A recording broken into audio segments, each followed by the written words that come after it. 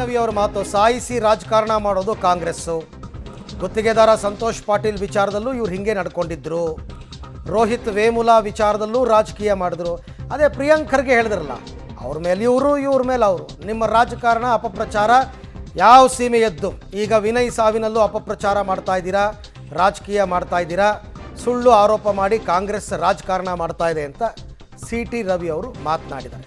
Vinay Somaiah death note ಬರೆದಿಟ್ಟಿದ್ದು ಸುಳ್ಳ? ಯಾರಿಗೆ ಗೊತ್ತು, ತನಿಖೆ ಆಗಬೇಕು. ಸುಳ್ಳ ನಮ್ಮನ್ನು ಪ್ರಶ್ನೆ ಮಾಡಿದ್ರೆ ಸಾಯಿಸಿ ರಾಜಕಾರಣ ಮಾಡೋದು ಕಾಂಗ್ರೆಸ್ನ ನೀತಿ. ಅವ್ರಿಗೆ ಕೇಳ್ತೇನೆ, ನೀವು ಗುತ್ತಿಗೆದಾರ ಸಂತೋಷ್ ವಿಷಯದಲ್ಲಿ ರಾಜಕಾರಣ ಮಾಡಿದ್ರಲ್ಲ, ಅಲ್ಲೇನು ರಾಜಕಾರಣ ಮಾಡಿದ್ರಿ ನೀವು? ರೋಹಿತ್ ವೇಮುಲ ವಿಷಯದಲ್ಲಿ ಅಪಪ್ರಚಾರ ಮಾಡಿದ್ರಲ್ಲ, ಅದ್ಯಾವ ಸೀಮೆ ರಾಜಕಾರಣ ನಿಮ್ಮದು?